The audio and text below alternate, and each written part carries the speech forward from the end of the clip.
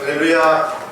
네. 세상에서 가장 소중한 것이 무엇일까요? 라는 질문 앞에서 유대인 탈무드에 나오는 한 토막의 유머가 있는데요. 한 가게를 운영하던 주인이 이제 몸이 아파서 마지막 임종을 앞두고 있습니다. 제대로 의식도 없는 상황에서 사랑하는 아내를 찾습니다. 예, 여기 있어요. 그렇게 아내가 대답했습니다. 그 다음에는 사랑하는 딸이 딸을 찾습니다. 내 딸 어디 있어? 이렇게 찾으니까 아버지 저 여기 있어요 하면서 식구들 하나하나 이름을 다 부르는 거예요. 근데 마지막에 이 가게 주인이 유언이나 다름없는 아주 유명한 말을 했는데, 그러면 지금 가게는 누가 보고 있단 말이냐 이렇게. 여러분 이럴 때는 웃어주셔야 됩니다. 아마 이 가게 주인은 자기가 생각할 때 세상에서 자기가 운영하던 가게가 제일 중요한 것이 아닌가, 그런 생각을 한번 해봅니다. 죽을 때까지 물질에 마음을 두고 있으면 그 영혼이 상당히 피폐할 것 같아요. 사람은 영혼이 가장 중요합니다. 오늘 시편 23편 말씀을 저와 여러분들이 같이 함께 생각하는 이유는, 지금까지 여러분들이 시편 23편 아마 성경 중에서 가장 많이 암송하고 말씀을 들었던 성경 구절이 아닌가 생각을 해봅니다. 근데 제가 얼마 전 이 시편을 다시 한번 묵상하고 되새겨 보면서 하나님 주신 은혜와 공급함이 있었습니다. 그래서 잘 알고 있다고 생각할 때 오히려 모른다는 생각도 제가 하게 되었습니다. 특별히 오늘 3절 말씀을 통해서 우리의 영혼을 소생시키시는 목자 되신 하나님과 우리를 오늘 이 시대 이 상황 가운데 새롭게 회복시키실 하나님의 은혜를 기대하면서 오늘 우리가 말씀 앞에 섭니다. 분명한 것은 오늘 우리에게 주신 말씀처럼 목자이신 하나님은 우리의 영혼을 소생시키신다는 사실입니다. 여러분 우리 같이 한번 받아주십시다. 하나님이 우리의 영혼을 소생케 하십니다. 3절 말씀을 다시 한번 더 여러분 같이 함께 읽겠습니다. 시작. 내 영혼을 소생시키시고 자기 이름을 위하여 우리의 영혼을 돌아가시는도다. 우리의 영혼이 소생된다. 소생시키신다 했잖아요. 그럼 내가 스스로 소생하는 것이 아니잖아요. 우리는 스스로 소생할 수 있는 존재가 아니라고 성경은 일목요연하게 계속해서 그것을 이야기합니다. 그러면 소생시키시는 분은 누구냐? 1절 말씀해 보니까 여호와는 나의 목자시니 라고 말씀하고 있습니다. 목자 되신 하나님이 양인 우리의 영혼을 소생시키신다, 새롭게 하신다는 말씀입니다. 영혼이라는 단어가 구약 성경에 네페시라고 기록되어 있습니다. 네페시, 이것은 생명입니다. 이 단어가 하나님께서 이 땅 가운데 천지를 창조하셨을 때 우리의 영혼에 생기를 불어넣으시고 라는 그 단어입니다. 그러니까 비로소 생명이 되었죠. 살아있는 존재가 된 거잖아요. 우리에게 하나님이 주신 생명으로 말미암아, 네페시를 주심으로 말미암아 우리는 생명이 되었다. 우리는 살아있는 존재가 되었다라고 말씀하고 있습니다. 소생시키신다는 단어가 슈거예요. 슈거. 이건 되살아난다, 회복하다, 거의 죽을 지경에서 다시 살아났다, 이런 의미입니다. 그러니까 네페시 슈거는 결국 우리의 영혼, 우리의 생명이 다시 회복되고 다시 살아나는, 하나님께서 우리 가운데 주신 것이다. 하나님이 우리의 영혼을 다시 살게 하셨다는 말씀입니다. 그래서 우리의 영혼을 회복시키시고 라고 말할 수 있겠죠. 그래서 우리 이 23편의 시인이 목자이신 주님이 자신의 영혼을 소생시키신다고 하는 이유는 뭔가가 소생할 만한 상황이라는 말씀이잖아요. 그러니까 지금 2절, 3절 사이에 뭔가 문제가 있다는 거예요. 그러니까 내가 죽을 만큼, 우리를 거의 죽었다가 다시 살아날 만큼의 그 상황에서 다시 생명을 주시고 일으키실 만큼의 어떤 상황이 있다는 말이에요. 거의 죽어가는 일이 있다는 거예요. 여러분 혹시 심폐소생술 아시잖아요. 제가 영상을 여러분 한 달 전인가 울산에서 한 간호사가 길 가던 70대 우리 남자분이 쓰러졌는데 심폐소생술을 해서 살렸어요. 그것은 그때 당시에 위급한 상황 속에서 심장에 호흡이 멈추고 했었을 때 심폐소생술을 하게 되면 그 심장이 다시 뛰게 되는 거예요. 근데 여러분, 심폐소생술을 할 때는 어떤 때입니까? 거의 죽게 되었을 때죠. 호흡이 1차적으로 머물러 있는 거예요. 빨리 심장을 마사지해 주지 않으면 그 심장이 다시는 뛰지 않아요. 그러면 그 사람은 지금은 시체는 아니지만 1분, 1초만 지나면 시체가 되거든요. 우리 1, 2절 말씀이 어떤 말씀입니까? 여호와는 나의 목자시니 그가 나를 푸른 초장에 누이시며 실만한 물가로 인도하시는도다. 푸른 초장과 실만한 물가로 인도하신 만큼 내게 부족함이 없어요. 그런데 3절에 갑자기 내 영혼을 소생시키시고 이렇게 이야기합니다. 그러니까 시인의 영혼이 지금 죽을 지경에 놓여 있는 것을 말씀하고 있습니다. 하나님께서 영혼을 소생시켜 주시기 때문에 지금 우리가 살아있다 이렇게 말씀하고 있는 거죠. 사실 다윗도 자기가 그렇게 죽을 만한 위기에 있었다라고 이야기를 합니다. 시편 42편 말씀에 이렇게 이야기합니다. 이제 이 일을 생각하고 내 마음이 상하는도다. 내 영혼아 네가 어찌하여 낙심하여 어찌하여 내 속에서 불안하여 하는고. 욥기 23장 말씀에 내가 앞으로도 가고 거기도 가니 계시고 뒤로 가도 보이지 않고 왼쪽에서 일하시나 내가 만날 수 없고 오른쪽으로 돌이키시니 내가 배울 수가 없구나. 무슨 말이에요? 내가 아무리 눈을 뜨고 찾아도 하나님이 안 보인다는 거예요. 우리 영혼이 지금 캄캄한 밤을 경험하고 있는 거예요. 하나님께서 이때 빛 대신 하나님이 여기 있다고 말씀해 주시지 않으면 우리는 하나님을 볼 수가 없는 거예요. 하나님이 영혼을 소생시켜야만 일어날 수 있는 거예요. 하나님이 영혼을 소생시켜 주셔야만이 우리가 다시 믿음 생활을 할 수 있다는 것을 우리에게 말씀해 주고 있습니다. 자, 그러면 하나님께서 어떻게 우리의 영혼을 소생시키실까요? 아까 소생시킨다면 다시 돌아오게 한다 이런 뜻을 했잖아요. 회복시킨다, 살린다, 이런 거. 영혼이 길을 잃은 거잖아요. 그럼 우리 영혼이 어떻게 길을 찾을 수 있을까요? 영혼이 병든 거잖아요. 우리의 병든 영혼이 어떻게 다시 고침받을 수 있을까요? 영혼이 잠들어 있는 거잖아요. 어떻게 그 영혼이 다시 깨어날 수 있을까요? 돌아와야 돼요. 근데 돌아오는 걸 우리가 할 수 없다는 거예요. 이미 까부러져 있는데 어떻게 거기서 빠져나올 수 있겠습니까? 하나님께서 돌아오게 하셔야만 하는데 어떻게 하시는 걸까요? 어떻게 하시는 걸까요? 중국의 문인이자 법학자인 오홍경 선생님이 이 내용을 소생시키시며라는 단어를 한문으로 이렇게 이야기합니다. 오건덕곡서 16이라죠. 내 영혼이 돌아오도록 오건덕곡서 16이라죠. 세밀하게 사랑으로 보살펴 주시고 번역을 그렇게 하셨어요. 결국 내 영혼이 돌아오도록 세밀하게 사랑으로 돌봐주신다. 그러면 세밀하게 사랑으로 돌봐주시면 주심으로 우리의 영혼이 다시 살아나는 은혜의 역사가 있게 된다라고 말씀하고 있습니다. 우리 교회가 좀 이렇게 외지 바깥 좀 떨어진 데 있지만 그래도 이렇게 마당으로 싹 올라오면 봄에는 예쁜 꽃들이 막 있어요. 화분에 몇 년 전부터 화분들이 있어서 그 화분에 막 꽃을 피우고 그렇게. 그런데 한 번은 저 꽃들이 다 죽은 적이 있어요. 저희 집사람이 병원에 입원했을 때 권사님들이 또 저희 어머니가 그 화분을 갖다 주고 했는데 다 죽어버린 거예요. 어떻게 할 수가 없잖아요. 저걸 내가 원래 갖다 버릴까 이런 생각을 했더랬습니다. 근데 그때도 비가 아마 이렇게 수같이 왔던 것으로 생각해요. 제가 막 저걸 어떻게 처분할까 버릴까 저쪽 몰래 저 뒤에 가서 그냥 갖다 버릴까 지금 제가 생각을 제가 많이 했더랬습니다. 근데 그때 비가 굉장히 많이 왔었어요. 근데 이틀 뒤에 정확히 이틀 뒤에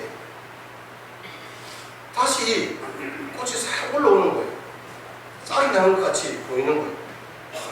제가 그걸 보고 진짜 제가 뭔가를 할 수 있는 게 아무것도 없구나.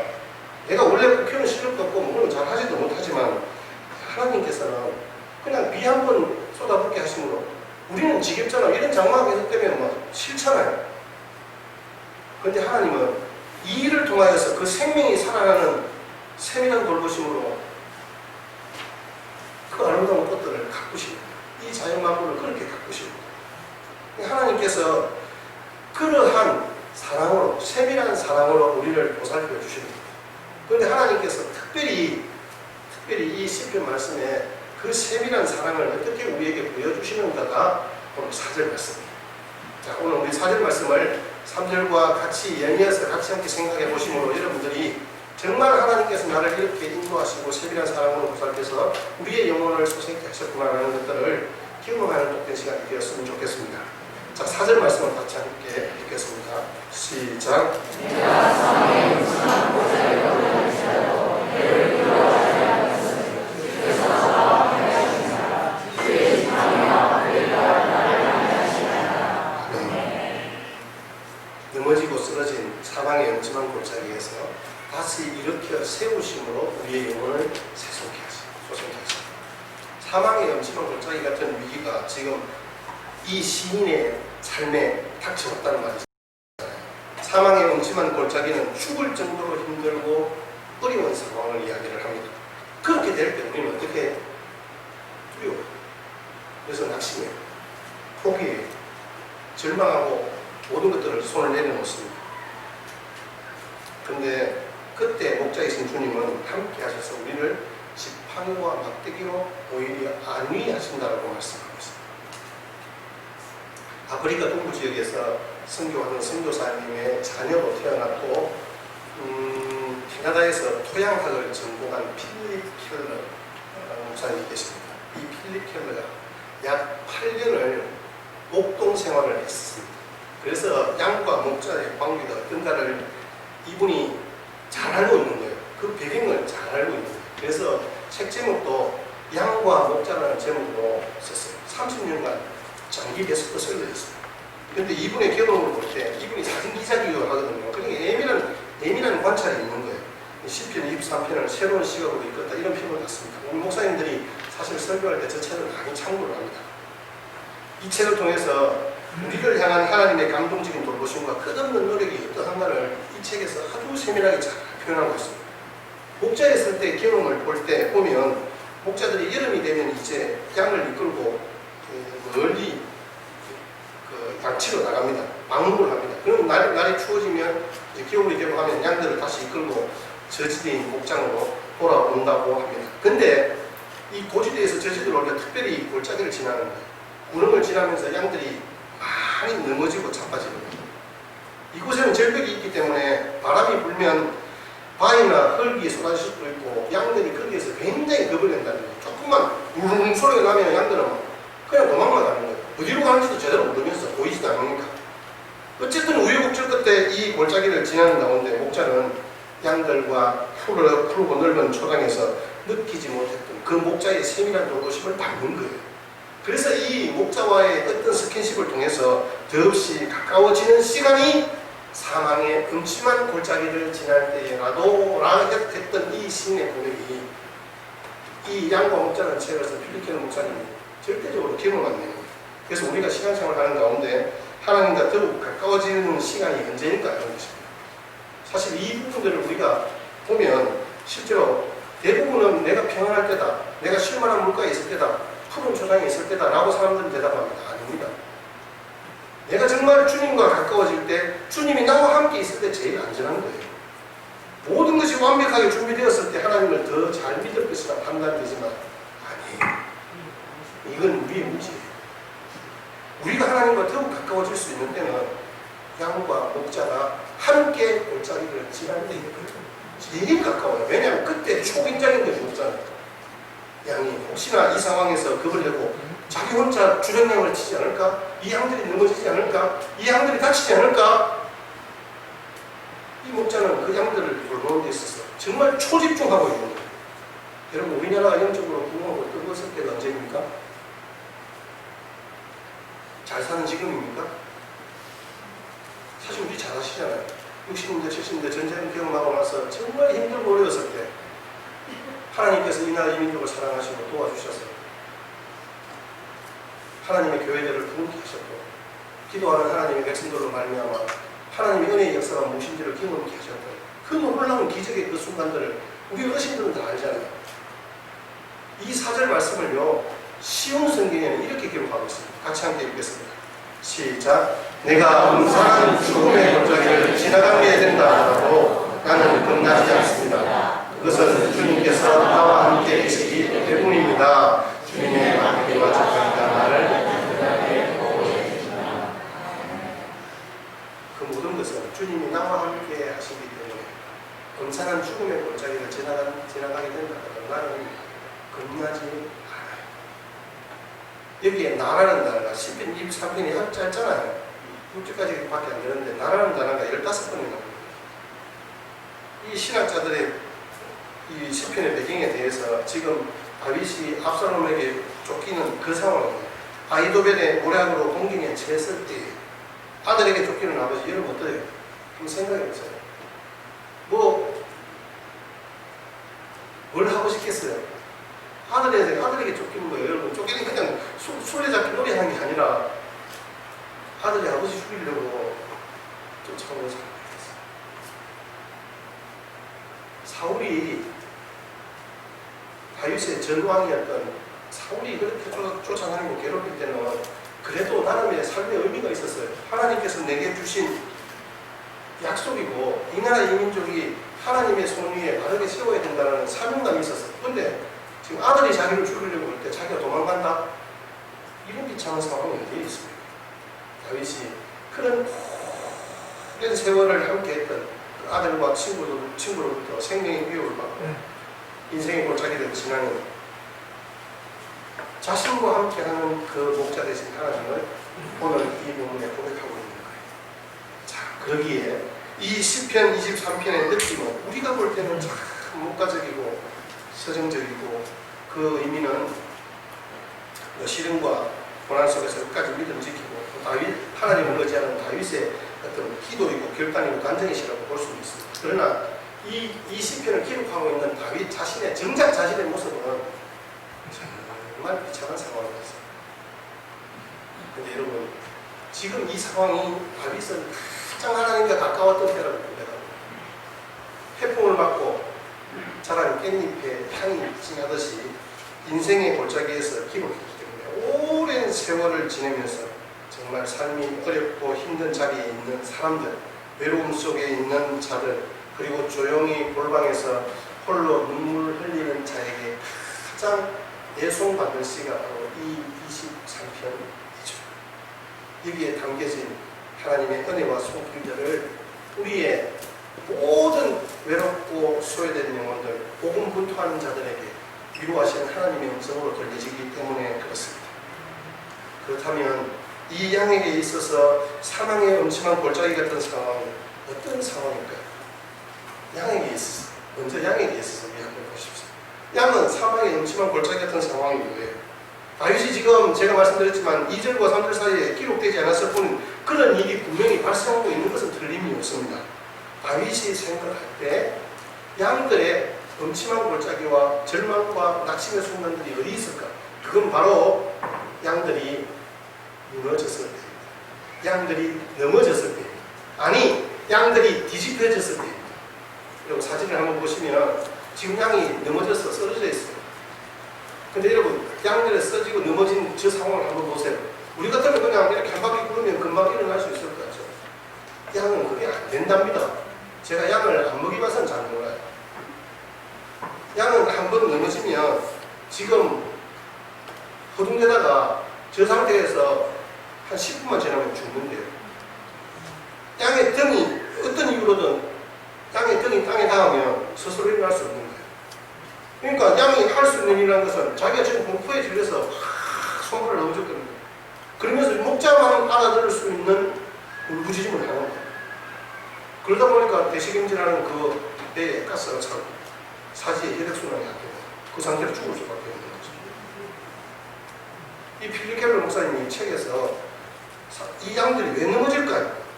넘어지는 이유는요, 여러 가지 이유가 있습니다. 살이 넘어져서. 특히 암양들이 잘 넘어질 때 새끼를 냈어요. 그리고 사진과 보는 것이 털이 저렇게 너무 길었어요. 자기 스스로 발에 걸려서 넘어진대요. 그러니까 결국 목자들이 털을 깎는 이유는 목자에게 필요해서 털을 깎는 게 아니에요. 양과 양의 안전한 보호를 위해서 목자가 수시로 힘들어서 깎아주는 거예요. 우리도 그러잖아요. 나 이거 필요한데 저거 필요한데 나 이거 가지고 싶어 저거 가지고 싶어 이야기하지만 사실 하나님은 우리에게 그것을 오히려 자르는 경우들도 많아요. 왜 그럴까요? 이유는 우리를 돌보시기 위해서, 우리를 사랑하시기 위해서.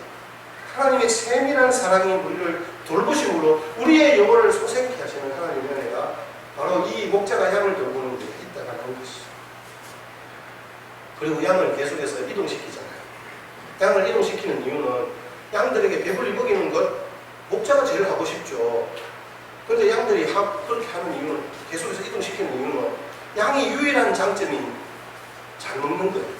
근데 2시간을 지나면요, 양들이 2시간을 그 방목지에 풀어놓으면, 어제도 말씀드렸지만 풀이 씨가 마른데요, 뿌리까지 다 뜯어먹는 거예요. 그러면 다음에 올 때는 그게 없잖아요.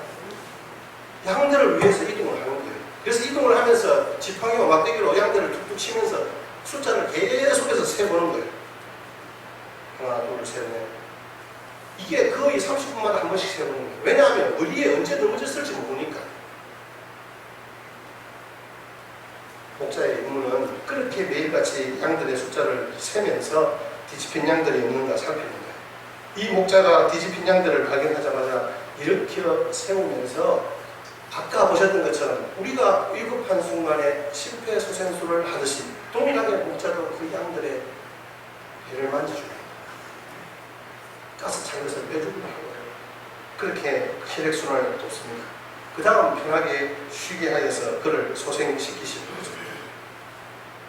양이 넘어지는 것은 발을 헛디뎌 넘어질 수도 있고, 다른 양들에 부딪혀서 뒤집혀질 수도 있고, 다른 장애물에 걸려 뒤집어질 수도 있습니다. 자신의 잘못이든 아니 타인의 잘못이든 간에 어쨌든 뒤집힌 양은 스스로 일어날 수 없어요. 목자가 그 양을 이렇게 세워 주셔야 한다는 말씀입니다. 푸른초롱과 실만한 물가에서도 목자가 필요한 이유가 바로 이거예요. 양들은 자기가 평안한 상황에서 안 넘어지는 양 아닙니다. 오히려 더 잘 넘어질 수 있다. 그래서 다윗이 이 사실을 너무 잘 알고 있기 때문에 항상 목자가 양을 그렇게 세밀한 사랑으로 보살필 때 그 양들이 낙심하지 않고 말 그대로 죽지 않고 다시 살아나는 은혜의 역사가 있다는 말이에요. 자, 이제 두 번째, 양에게 이런 뒤집힌 상황이었는데 이 시편 23편을 기록한 다윗의 뒤집혀진 상황이 어떤 상황이었습니까? 지금 다윗은 골리앗을 죽이고 사울왕의 미움을 받아서 도망자가 되었을 때 뒤집힌 양이었습니다. 가드에서 미친 척하고 심을 질질 흘리면서 그렇게 목숨을 구부려 했던 그 다윗, 그 상황, 다윗이 뒤집힌 양이었습니다. 400명의 억울하고 원통한 사람들과 함께 아둘람 동굴에 숨어 있었을 때도 자기들의 식량 한 끼 한 끼를 공급해야 했던 그 다윗, 역시나 뒤집힌 양이었습니다. 자신을 괴롭히라 욕하면서 도저히 스스로 일어날 수 없는 상황이었던 다윗이 뒤집힌 양이었습니다. 왕이 된 이후에는 왕이 되었으니까 상황을 마음대로 조절할 수 있었지 않겠습니까? 아닙니다. 그때는 타인에 의해서 뒤집혀지게 된 거죠. 바세바의 본련을 감추기 위해서 우리아를 죽인 일이 탄로되었을 때 하나님께서 나란 섭지를 통해서 책망하였을 때 그의 눈에 눈물이 마르지 않을 만큼 온 침상을 적실 만큼 울고 오물었습니다. 뒤집힌 양이었습니다. 요즘 미투로 인해서 온갖 비난과 창피를 당하는 사람들 비교하면 이건 뭐 말이 아니죠. 자기 아들들의 사이에서 장자 암논이 누이 동생 다말을 보냈을 때 다말의 친오빠인 압살롬이 암논을 죽입니다. 근데 문제는 그때부터 시작이 됩니다. 나중에 압살롬이 아버지를 죽이려고 반역을 일으켰습니다. 비그리의 아들 세바가 반역을 일으켰습니다. 아들 아도니아가 스스로 왕위에 오르겠다고 다른 사람들과 세력을 규합. 여러분, 다윗의 뒤집힌 때였습니다. 다윗의 인생에는 셀 수 없이 이렇게 뒤집힌 때가 있었습니다. 말 그대로 지금 고백하는 것처럼 사망의 엄청난 골짜기를 지나는 시간이었습니다. 스스로는 아무것도 할 수 없는 거예요. 다윗이 지금 이 20편, 23편을 인생의 말년에 기록한 것으로 신학자들은 저도 거기에 동의합니다. 왜냐하면 이 다윗이 그러한 사망의 엄지만 골짜기를 지나는 순간순간들을 기억하면서 그랬구나. 이 시간에 하나님이 목자가 양을 돌보듯이 나를 일으켜 세우지 아니하였으면 나는 오늘 이 시간 이렇게 하나님 앞에 찬양하며 예배하는 시간이 없었겠다. 다윗이 그걸 절감하는 거예요. 이 다윗이 이 뒤집혀진 때를 시편에 그 여러 성경을 시편을 썼잖아요. 거기에 이 다윗이 그대로 고백하고 있어요. 제가 몇 군데를 소개해드리겠습니다. 시편 3편 1절 2절 말씀입니다. 여러분들도 같이 한번 읽어주시죠. 시작. 여호와여 나의 죄를 어찌 미워하지요. 일어나 나를 치는 자가 아니니라. 많은 사람이 나를 대적하여 그는 하나님의 구원을 받지 못한다. 시편 6편 2절 3절 말씀입니다. 여호와여 내가 수축하였사오니 내게 은혜를 베푸소서. 여호와여 나의 뼈가 떨리오니 나를 고치소서. 나의 영혼도 매우 떨리나이다. 여호와여 어느 때까지니까. 시편 56편 1절에서 3절입니다. 시작. 하나님이여 내게 은혜를 베푸소서. 사람이 나를 삼키려고 종일 치며 박제하리라. 내 원수가 종일 나를 삼키려 하며 나를 교만하게 하시는 자에게 맞사오니 두려워하는 나를 내가 들으리라. 아멘. 이렇게 뒤집어지었던 양같은 다윗이 하나님께 드린 눈물에 타는 이유는 기도입니다. 그때 하나님이 다윗에게 어떻게 하셨나요? 다가오셨어요. 내 아들이라 말씀해 주셨어요. 지팡이와 막대기로 평안하고 위로 하나님의 음성을 듣게 되었어요. 다윗을 끌어안고 이렇게 세워주셨어요. 신하들이 심지어 자기의 아들들이 다 등을 돌렸을 때도 하나님은 다윗에게 등을 돌리지 않았습니다. 그래서 다윗이 다시 일어날 수 있었고 다시 시작할 수 있었어요. 이 다윗은 자기 그 시편의 고백처럼 한순간도 자기가 하나님이 자기를 떠난지 몰라요. 그래서 오늘 말씀을 고백합니다. 내 영혼을 소생시키시고 자기 이름을 위하여 의의 길로 인도하십니다. 하나님께서 목자 되신 하나님이 자기가 그렇게 뒤집히셨던 인생의 때를 생각하면서 최근 저와 여러분들은 뒤집어진 경험이 없습니까? 제가 이 시편을 말씀을 준비하면서 제가 순간순간마다 30대도 그랬고 40대도 50대도 그랬고 하늘을 향해서 신음소리만 내뱉던 그런 날이 선명하게 떠올랐습니다. 제 잘못이었던 때도 있었고 그렇지 않은 때도 있었지만 분명한 것은 뒤집어진 양이었습니다. 그럼에도 불구하고 제가 오늘 말씀을 가지고 여러분들과 함께 이 자리에 설 수 있었던 것은 나를 다시 이렇게 세우시고 소생시키시고 회복시키신 하나님의 은혜가 있기 때문에 아니 다시 뒤집어진다 하더라도 다시 주님께서 나를 살려 주실 것을 믿기 때문에 오늘도 제가 감히 주님의 말씀으로 여러분 앞에 목자이신 하나님만을 의지하는 믿음의 백성으로 서라고 권면하고 있는 것입니다. 여러분 이 시간에 저는 세상의 모든 뒤집힌 양들이 소생케 하시는 목자 되신 예수님을 만나게 되기를 기도합니다. 여러분 절대로 주변에 있는 모든 사람들과 식구들이 등을 돌려도 하나님은 결코 등을 돌리지 않습니다. 우리 같이 한번 받아하십시다. 예수님이 내 영혼을 소생시키셨다. 이러한 간절한 고백이 저와 여러분 가운데 항상 함께하면 좋겠습니다. 여러분 그렇습니다.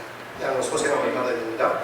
양치기들은 하루에도 몇 번씩 양들의 수를 세우고 그러면서 양이 없어진 것을 알게 되면 지체 없이 찾아 나서는 거예요. 왜냐하면 양의 흔적들 당신이 끌어왔던 동선들을 목자가 제일 잘 알아요. 양이 정신없이 뜯어먹고 있던 그 초지 혹은 구름을 지나왔다면 그곳 그리고 이 암양들과 이 새끼들이 있던 그 자리 그래서 멀리서 발동치고 있는 양이 발견되면 정말 자기의 있는 힘을 다해서 달려가요. 왜냐하면 그 1분 1초가 양의 생명을 좌우하는 거예요. 그래서 그 넘어진 양을 세우고 다리를 밀면서 혈액순환을 시키고 다시 일어나서 정확하게 걷게 하는 거예요. 그 뒤집어진 그 양을 바로 이렇게 세운 다음에 제일 먼저 이 목자가 하는 일이 양에게 음성을 들려줘요. 양은 시력이 안 좋아요. 10m 이상을 못 봐요. 우리 본당의 중간쯤 더 이상 보이질 않아요. 아주 가까이밖에 보이지 않아요. 근데 청력은 굉장히 좋아요. 그래서 목자가 그걸 알고 뒤집어진 양을 다시 이렇게 세우면서 소생소를 한 다음에 그 양의 귀에다가 음성을 들려줘요. 조심해야지. 많이 힘들겠구나. 이제 절대 개척 떠나면 안 돼. 그렇게 이야기해줘. 그게 뭐예요? 내가 지금 이길 수 있다. 너무 걱정하지 마. 너무 겁내지 마. 괜찮아. 그렇게 말씀해 주시는 거잖아요. 그 목자의 음성을 양은 잘 하는 거예요. 즉각적으로 안정감을 주는 거예요. 기분이 좋아진 다음에 양이 음매하고 자기의 그 무리로 다시 돌아가요. 이게 뭐예요? 다시 교제가 회복되는 순간. 다시 소생하는 순간입니다. 그 양에게 있어 두려움과 공포가 완전히 사라지는 시간이었습니다. 여러분, 양이 피곤한 것, 양이 지금 배고픈 것, 양이 음침한 골짜기를 지나고 있다는 건 누가 잘합니까? 목자가 잘합니다. 뒤집어진 양과 같은 이 다윗에게 주님이 찾아오셔서 이 양 같은 자신의 그 모든 것들을 새롭게 회복시키시는 하나님의 은혜를 경험했었을 때 이 다윗이 시편 23편을 기록했듯이 이사야 선지자도 하나님께서 이 나라 이 민족을 다시 회복시키시고 새롭게 하실 것을 믿고 하나님 앞에 저희는 기도의 제목이 있습니다. 아니, 신앙의 고백이 있습니다. 이게 바로 우리 민족을 향한, 우리 교회를 향한 메시지가 아닌가 저는 그렇게 생각합니다. 이사야 58장 11절 말씀입니다. 다 같이 함께 믿음으로 고백하시겠습니다. 시작. 여호와가 너를 항상 인도하여 멸망한 곳에서도 내 영혼을 만족하게 하시며 내 배를 견고하게 하니 너는 물된 동산 같겠고 물이 끊어지지 아니하리라. 아멘. 여러분, 하나님이 함께 하실 때만 경험할 수 있는 이 놀라운 은혜와 신앙의 고백이 저와 여러분 가운데 함께 하시기를 주의 이름으로 축복합니다. 계속해서 5절 말씀을 보니까 그렇게 하고 나서 이제 하나님이 원수의 목전에서 상을 차려주시고 이렇게 합니다. 멋진 뜻벌어진 잔치상, 다른 사람들이 보는 앞에서 그렇게 차려주시는 하나님의 은혜는 바로 하나님께서 내 인생의 주인이다. 하나님 목자인 내가 너를 지키고 있다. 이렇게 이야기를 하는 거예요. 주님께서 우리 가운데 주님만을 바라보며 살아가는 믿음의 백성으로 세워받기를 바라요. 그래서 우리가 유일하게 주님 앞에 할 수 있는 건 뭐예요? 목자이신 주님만을 바라보는 거잖아요. 목자이신 주님. 1절 말씀입니다. 너무 잘하는. 시작. 여호와는 나의 목자이시니 내게 부족함이 없어지리라. 지금 부족함이 없는 시인의 그 삶은 지금 자기가 부족함이 없는 그것, 내 부족함이 없다, 봐라, 이렇게 자랑하는 게 아니에요. 하나님이 나의 목자 되신다, 이걸 지금 이야기하는 거예요. 우리 인생도 마찬가지인 거예요. 목자이신 주님을 바라보면 우리에게 부족함이 없습니다. 맞습니다.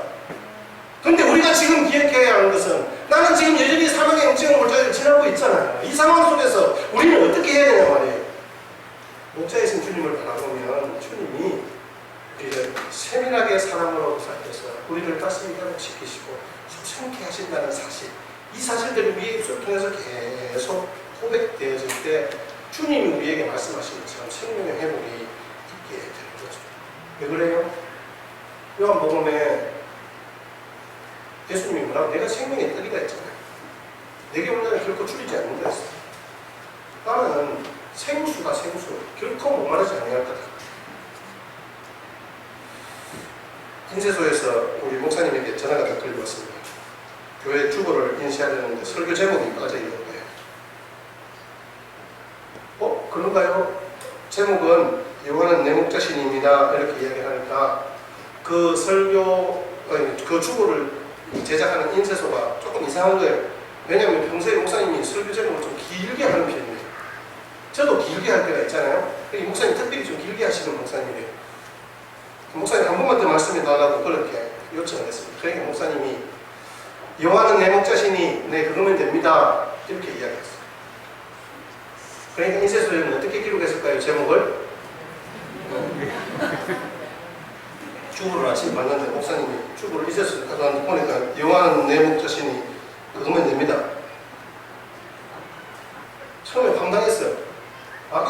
사람이 지금 딱 그런 순간에 자기의 머리가 띵 한 거예요. 목사님이 그 자리에 앉아서 10번을 가지고 반복하는 거예요. 영원한 내 목자신, 네, 그거는 됩니다. 영원한 내 목자신, 네, 그거는. 이걸 보는 순간에 이 목사님이 생각하는 것은 내가 너의 목자라면 그것으로 충분하지 않니? 내가 너의 목자라면 그것으로 충분하지 않니? 그 목사님에게 들려오는 하나님의 음성이었어요. 하나님 한 분만으로 만족한다면 내가 보는 세상의 눈들이 달라질 거예요. 우리 같이 찬양하는 거 합시다. 우리 김기대 목사님이 여호와 나의 목자, 우리 띄워주시죠. 여호와 나의 목자 내게 부족없네. 그들은 초장 위에 초장 위에 나의 lòng 누리시네.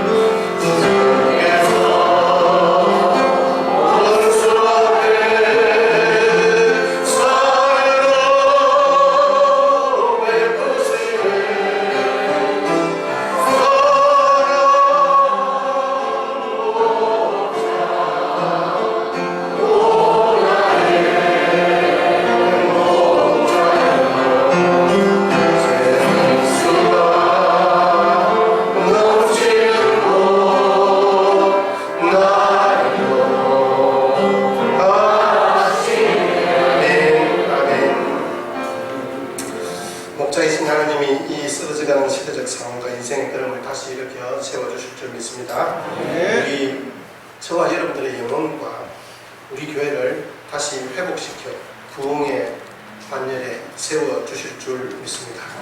우리의 영혼이 회복되는 이 진정한 자유와 복음이 주는 기쁨, 이 평안 속에서 살아가는 저와 여러분 되시기를 주의 이름으로 축원합니다.